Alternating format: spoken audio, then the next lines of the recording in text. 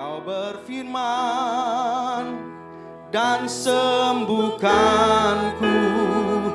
Kau bersabda, percayai firman Tuhan ini. Tiada yang mustahil.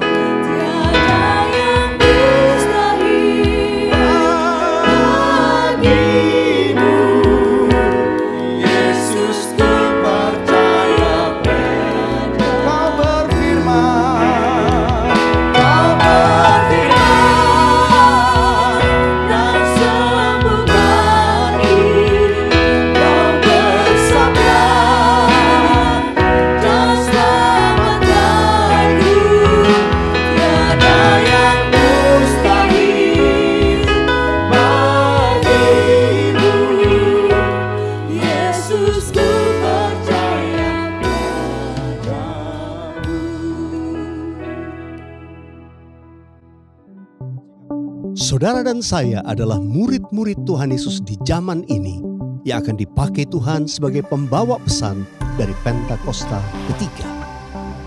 Pentakosta ketiga adalah pencurahan Roh Kudus yang dahsyat di zaman now, melebihi yang terjadi di Azusa Street. Pentakosta ketiga akan mengakibatkan penuaian jiwa yang terbesar dan yang terakhir sebelum Tuhan Yesus datang kembali. Pentakosta ketiga akan membangkitkan generasi Yeremia, yaitu anak-anak muda yang dipenuhi Roh Kudus, cinta mati-matian kepada Tuhan Yesus, tidak kompromi terhadap dosa, dan akan bergerak untuk memenangkan jiwa. Pentakosta ketiga lahir di Indonesia dan bergerak ke bangsa-bangsa. Gerakan ini dari timur ke barat dan akan kembali ke Yerusalem. Pentakosta ketiga akan memberikan kuasa untuk menyelesaikan amanat agung, dan setelah itu Tuhan Yesus datang kembali.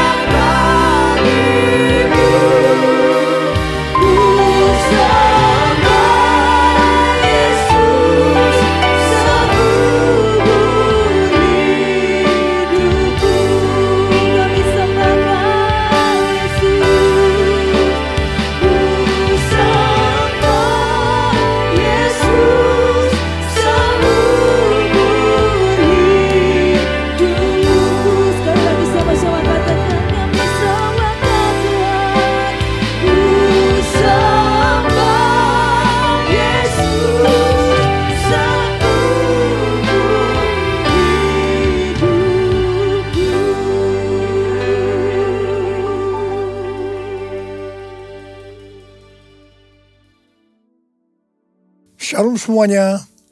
Hari ini kita memperingati kenaikan Tuhan Yesus ke sorga. Alkitab berkata, Yesus mati karena dosa-dosa kita. Dia dikuburkan, tetapi pada hari yang ketiga, Dia dibangkitkan. Haleluya! Setelah Tuhan Yesus bangkit, selama 40 hari, Tuhan Yesus menampakkan diri kepada lebih dari 500 murid-muridnya untuk membuktikan bahwa Dia hidup. Setelah memberikan pesan yang terakhir seperti yang terdapat dalam Kisah Para Rasul 1 ayat 8, maka disaksikan murid-muridnya Tuhan Yesus terangkat ke sorga.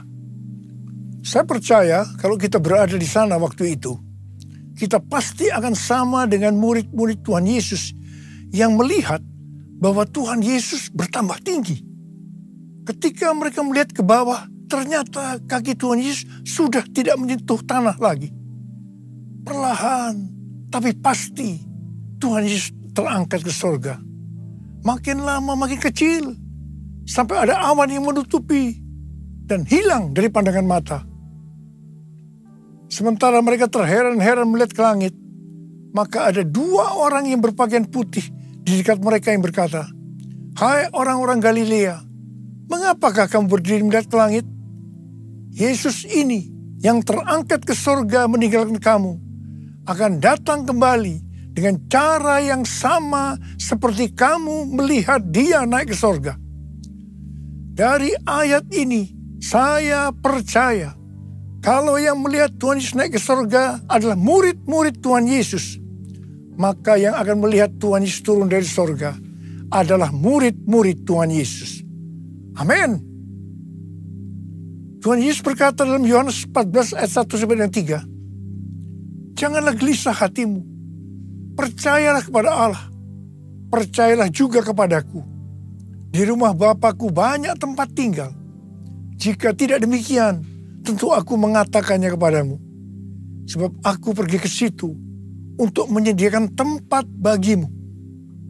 Dan apabila aku telah pergi ke situ dan telah menyediakan tempat bagimu, aku akan datang kembali dan membawa kamu ke tempatku, supaya di tempat di mana aku berada, kamu pun berada." Pesan Tuhan Yesus ini ditujukan untuk murid-muridnya. Karena itu, kalau kita mau ikut dalam pengangkatan, maka kita harus menjadi murid Tuhan Yesus. Murid Tuhan Yesus adalah kita-kita yang hidupnya sama seperti Kristus telah hidup. Karena kita hidup sama seperti Kristus telah hidup, maka kita akan menjadi serupa dengan gambarnya. Roma 8 ayat 29 berkata, "Sebab semua orang yang dipilihnya dari semula, mereka juga ditentukannya dari semula untuk menjadi serupa dengan gambaran anaknya, supaya ia, anaknya itu, menjadi yang sulung di antara banyak saudara." Jadi goal kita sebagai orang percaya adalah menjadi serupa dengan gambar Yesus, yaitu murid Tuhan Yesus. Bagi Allah selama-lamanya, bagi Allah selama-lamanya, bagi Allah selama-lamanya. Amin. Bagi Allah selama-lamanya, bagi Allah selama-lamanya, bagi Allah selama-lamanya. Amin.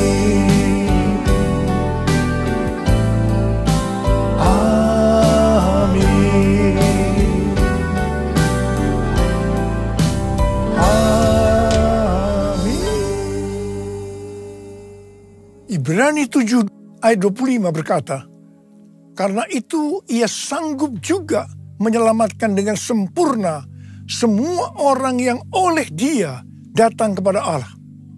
Sebab ia hidup senantiasa untuk menjadi pengantara mereka." Tuhan Yesus di sorga menjadi pengantara kita. Artinya sebagai pendoa syafaat bagi kita, supaya kita selamat secara sempurna. Kalau kita berbicara tentang keselamatan, maka ada 3 hal yang harus diperhatikan. Yang pertama, bisa kehilangan keselamatan. Yang kedua, hampir-hampir tidak diselamatkan. Dan yang ketiga, selamat dengan sempurna. Orang yang sudah percaya bisa kehilangan keselamatan. Matius 7 ayat 21 sampai dengan 23 berkata, bukan setiap orang yang berseru kepadaku, Tuhan, Tuhan, akan masuk ke dalam kerajaan sorga, melainkan dia yang melakukan kehendak Bapa-Ku yang di sorga. Pada hari terakhir, banyak orang akan berseru kepadaku, Tuhan, Tuhan, bukankah kami bernubuat demi nama-Mu, dan mengusir setan demi nama-Mu, dan mengadakan banyak mujizat demi nama-Mu juga? Pada waktu itulah aku akan berterus terang kepada mereka, dan berkata, aku tidak pernah mengenal kamu. Enyahlah daripadaku, kamu sekalian pembuat kejahatan. Ini merupakan peringatan bagi hamba-hamba Tuhan yang sedang dipakai oleh Tuhan, agar pelayanan yang diberikan oleh Tuhan semata-mata hanya untuk menyatakan kemuliaannya. Bukan untuk kemuliaan diri sendiri.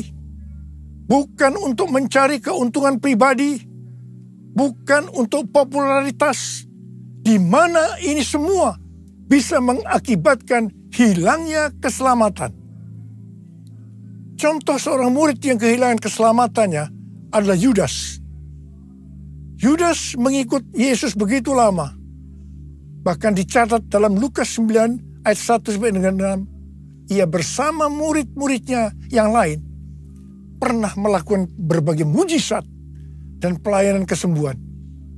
Namun ia akhirnya memilih meninggalkan Tuhan. Maka hilanglah keselamatannya. Hal yang kedua, mengenai hampir-hampir tidak diselamatkan. 1 Korintus 3 ayat 10 sampai dengan 15 berkata, bahwa kita membangun hidup kita ini dengan dasar Yesus Kristus.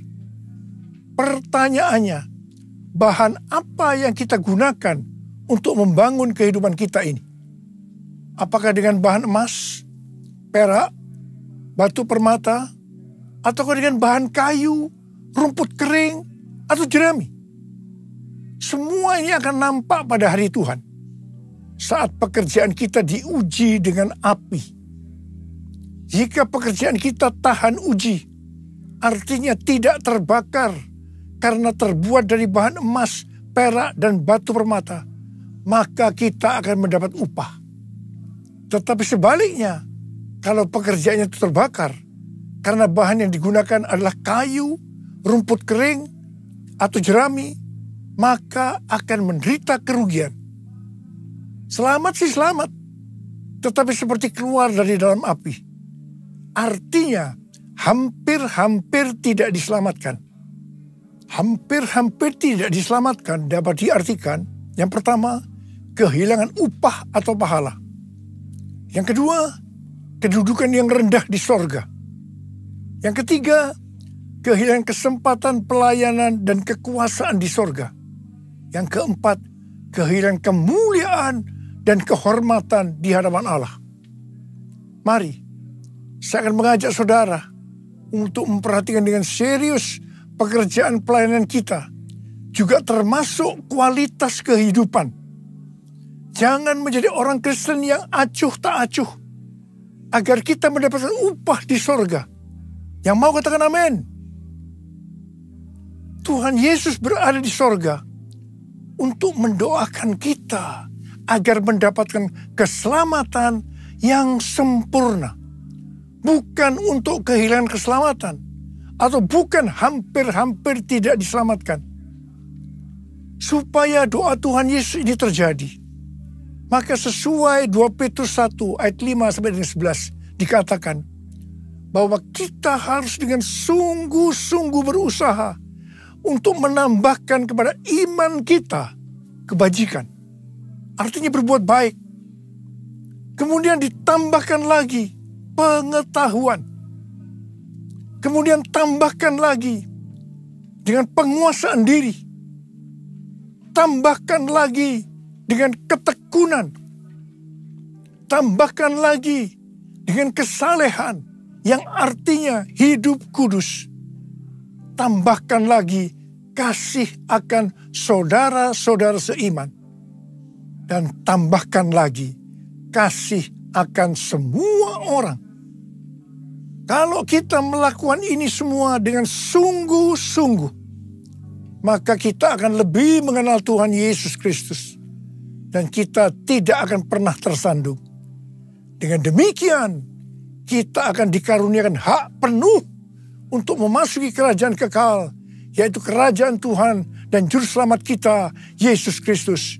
Yang artinya kita mendapatkan keselamatan yang sempurna. Haleluya! Bagi Allah selama-lamanya, bagi Allah selama-lamanya, bagi Allah selama-lamanya. Amin. Bagi Allah selama-lamanya, bagi Allah selama-lamanya, bagi Allah selama-lamanya. Amin. Amin.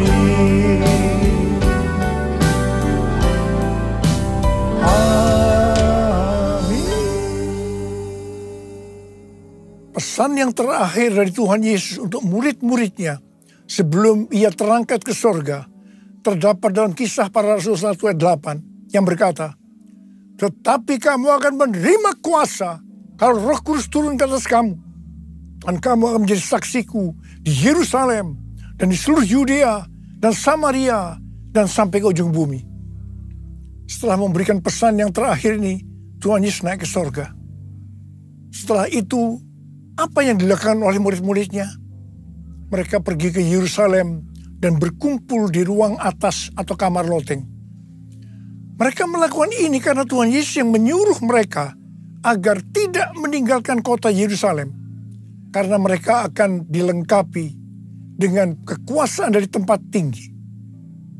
Tuhan Yesus berkata, sebab Yohanes membaptis dengan air, tetapi tidak lama lagi kamu akan dibaptis dengan Roh Kudus.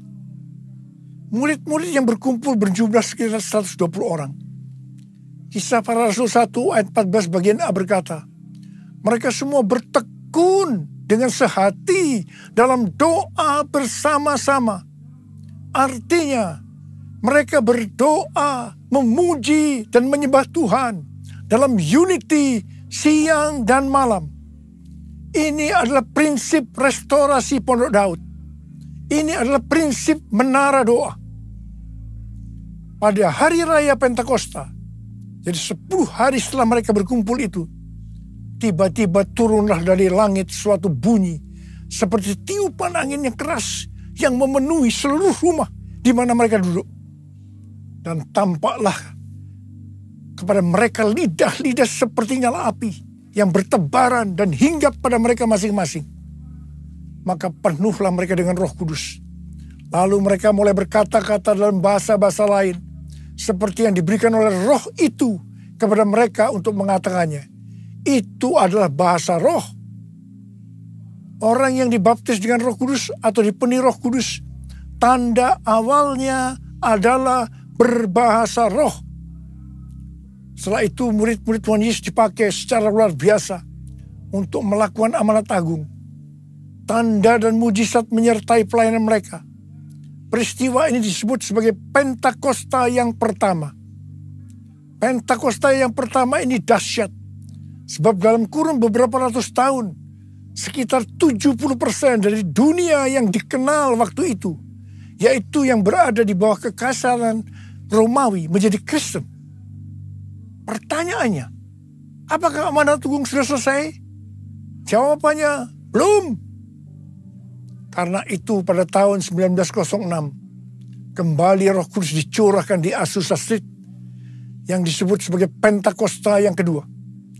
Ciri-ciri yang menonjol dalam Pentakosta kedua ini adalah penekanan dalam hal berbahasa roh dan pelayanan mujizat dan kesembuhan. Meskipun seluruh karunia roh juga dicurahkan dengan limpahnya. Pentakosta kedua ini dahsyat. Mengapa? Karena melahirkan gerakan Pentakosta dan karismatik. Saat ini ada sekitar 700 juta orang yang diberdayakan oleh Roh Kudus. Pertanyaannya, apakah amanat agung sudah selesai? Jawabannya belum. Karena itu hari-hari ini pencurahan Roh Kudus yang jauh lebih dahsyat dibanding dengan Azusa Street sedang terjadi. Ini disebut sebagai Pentakosta yang ketiga. Seperti yang terjadi pada Pentakosta yang pertama dan Pentakosta yang kedua. Maka berbahasa roh dan pelayanan kesembuhan juga terlihat begitu intens. Saya percaya dengan Pentakosta ketiga ini, amanat agung Tuhan Yesus akan selesai dan Tuhan Yesus akan datang kembali. Yesus, aku percaya. Yesus, aku milikmu. Ku hidup karenamu dan hanya untukmu. Yesus, aku percaya. Yesus, aku milikmu. Ku hidup karenamu dan hanya untukmu selamanya. I will worship you. I will worship you. I will worship you, Jesus.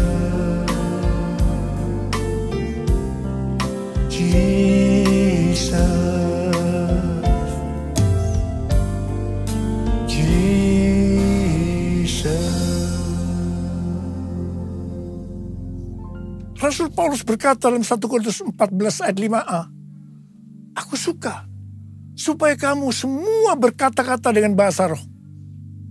Selain itu dalam 1 Korintus 14 ayat 18, Rasul Paulus juga berkata, aku mengucap syukur kepada Allah bahwa aku berkata-kata dalam bahasa roh lebih daripada kamu semua. Saya sangat mengaminkan apa yang dikatakan oleh Rasul Paulus ini.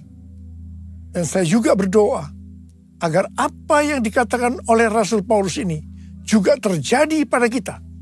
Yang percaya katakan amin.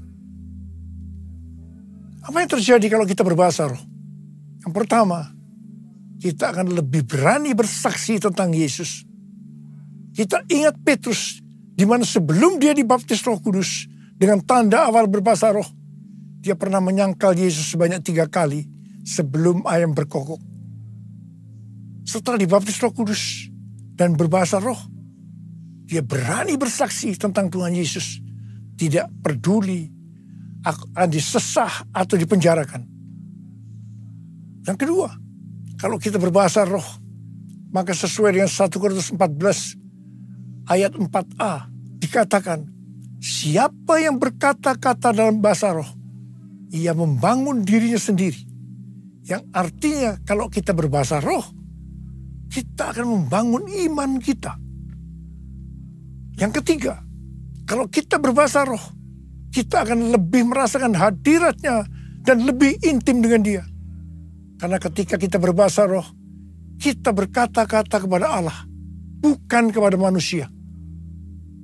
Yang keempat, kalau kita berbahasa roh, kita akan bisa berdoa lebih lama lagi. Yang kelima, sesuai dengan 1 Korintus 14 ayat 14 dan 15 yang berkata, sebab jika aku berdoa dengan bahasa roh, maka rohkulah yang berdoa, tetapi akal budiku tidak turut berdoa. Jadi, apakah yang harus aku buat? aku akan berdoa dengan rohku. Tetapi aku akan berdoa juga dengan akal budiku. Aku akan menyanyi dan memuji dengan rohku. Tetapi aku akan menyanyi dan memuji juga dengan akal budiku. Jadi, kalau kita menghendaki agar roh kita berdoa, menyanyi, dan memuji, maka kita harus berbahasa roh. Sedangkan kalau dengan akal budi atau jiwa, maka kita harus menggunakan bahasa yang kita mengerti.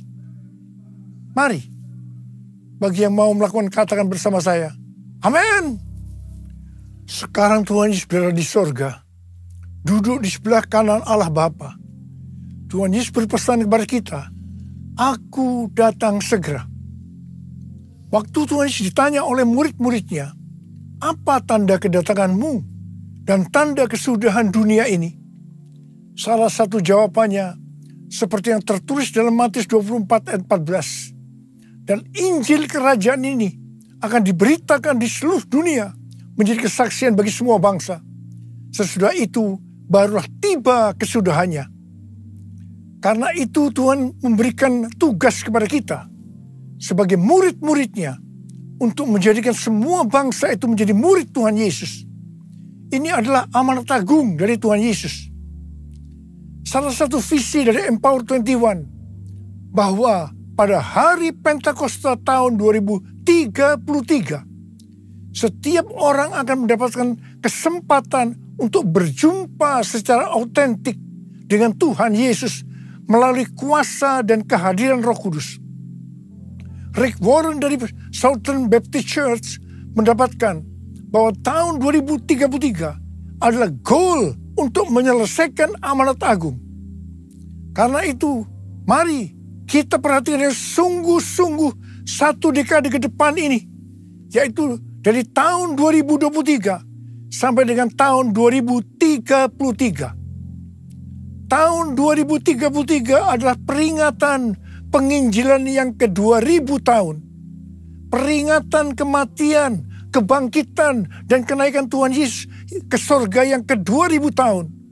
Dan juga pencurahan Roh Kudus, yang berarti ini peringatan hari ulang tahun gereja yang ke-2000 tahun. Untuk bisa menyelesaikan amanat agung, tidak bisa dengan kekuatan sendiri, tetapi harus dengan kuasa Roh Kudus. Karena itu, saudara harus penuh dengan Roh Kudus. Ada berapa banyak di antara saudara yang rindu untuk dibaptis Roh Kudus dengan tanda awal berbahasa roh? Angkat tangan saudara. Ada berapa banyak di antara saudara yang rindu untuk dipenuhi dengan Roh Kudus? Angkat tangan saudara. Curahkanlah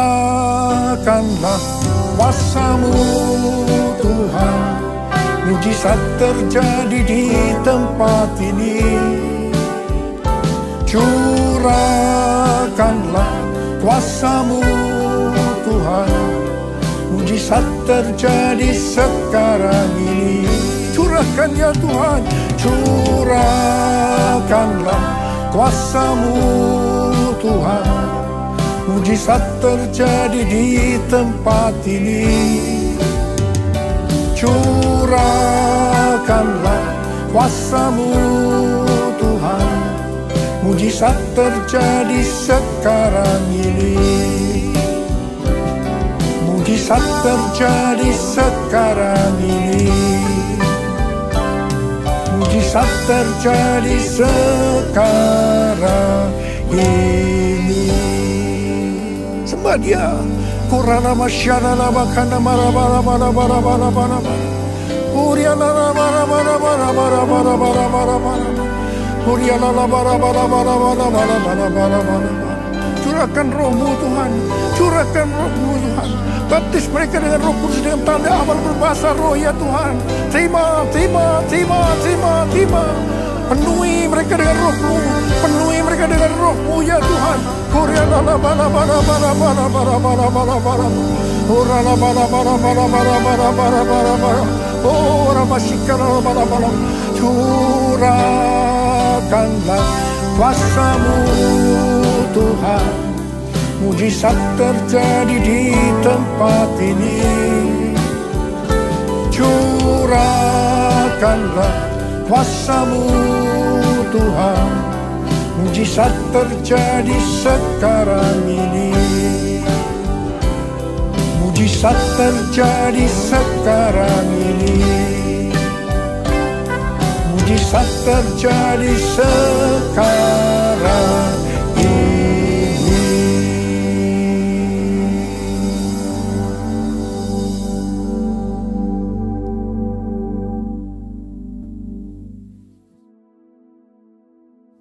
Mari saudara-saudara, kita akan masuk ke dalam perjamuan kudus. Kita akan mengingat ayat ini. Sebab setiap kali kamu makan roti ini dan minum cawan ini, kamu memberitakan kematian Tuhan sampai Ia datang. Perjamuan kudus adalah perjamuan Tuhan Yesus sendiri. Setiap kali kita masuk dalam perjamuan kudus, Tuhan Yesus selalu berkata, biarlah ini menjadi peringatan akan aku. Peringatan akan aku. Karena itu mari arahkan hati kita kepada kebaikan Tuhan. Kita akan mengingat kebaikan Tuhan. Mari tundukkan kepala. Bapa, siapakah kami ini sebelum kami mengenal Engkau? Kami semua orang berdosa. Upah dosa adalah maut, mati. Tapi Engkau yang tidak berdosa telah dijadikan dosa oleh karena kami. Engkau harus turun dari sorga mulia, menjelma menjadi manusia, mati ganti kami dengan penderitaan yang luar biasa. Itu Engkau ya Abah, itu Engkau. Engkau jadikan kami sebagai anak-anak-Mu. Engkau tuntun, Engkau bela, Engkau lindungi, Engkau berkati. Engkau juga hajar kami kalau kami salah. Itu Engkau ya Abah. Itu Engkau ya Abah. Terima kasih. Bapa terima kasih. Bapa terima kasih. Tuhan akan memberkati kita melalui perjamuan kudus. Tapi Tuhan mau kita makan dan minum dengan cara yang benar. Karena itu masing-masing sekarang berdoa. Introspeksi. Lihat keadaan dirimu masing-masing. Jangan menyimpan dosa. Kalau ada dosa yang Tuhan ingatkan, langsung kita minta ampun. Selesaikan di hadapan Tuhan supaya kita diberkati. Ampuni. Ampuni saya Tuhan. Ampuni. Ampuni ya Tuhan anak-anak-Mu. Ampuni. Ampuni. Ampuni. Terima kasih Abah. Layakkan kami untuk masuk dalam perjamuan kudus. Kami akan masuk dalam perjamuan kudus dengan hati yang penuh ucapan syukur. Dalam nama Yesus kami berdoa. Amin. Sekarang mari angkat roti di tangan kanan saudara tinggi-tinggi. Sebab apa yang telah kuteruskan kepadamu telah aku terima dari Tuhan. Yaitu bahwa Tuhan Yesus pada malam waktu Ia diserahkan mengambil roti. Dan sesudah itu Ia mengucap syukur atasnya. Ia memecah-mecahkannya dan berkata, inilah tubuhku yang diserahkan bagi kamu. Perbuatlah ini menjadi peringatan akan aku. Saudara dikasih Tuhan, bukankah roti yang kita pecah-pecahkan ini adalah persekutuan kita dengan tubuh Kristus? Mari kita makan dalam nama Yesus.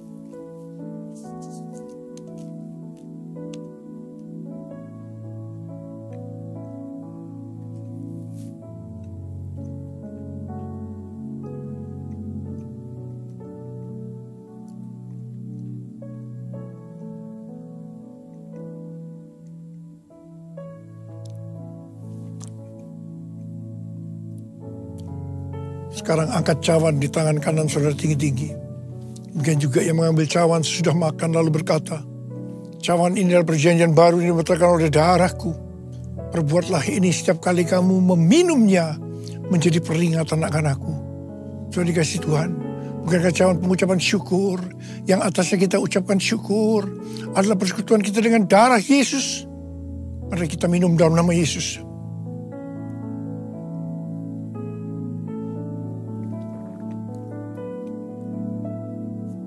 Mari angkat tangan kita di hadapan Tuhan. Ucapkan syukur dan terima kasih dengan suara, jangan diam.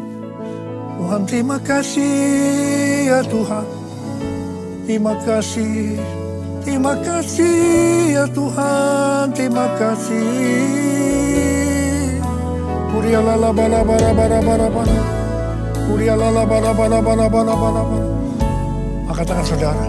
Bapa sembuhkan mereka yang sakit. Sembuh dalam nama Yesus, sembuh dalam nama Yesus, sembuh dalam nama Yesus, sembuh dalam nama Yesus. Terima kasih Yesusku, terima kasih Yesusku. Puji syukur hanya bagi Tuhanku. Terima kasih Yesusku, terima kasih Yesusku. Puji syukur hanya bagi Tuhanku. Terima kasih Yesusku, terima kasih Yesusku. Puji syukur hanya bagi Tuhanku. Terima kasih Yesusku, terima kasih Yesusku. Puji syukur hanya bagi Tuhanku. Puji syukur hanya bagi Tuhanku. Puji syukur hanya bagi Tuhanku.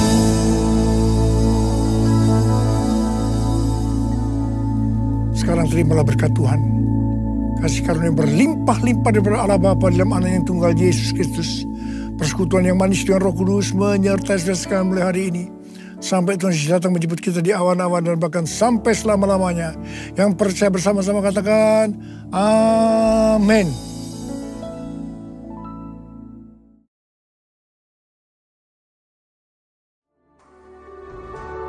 Ajari aku mengerti perasaanmu.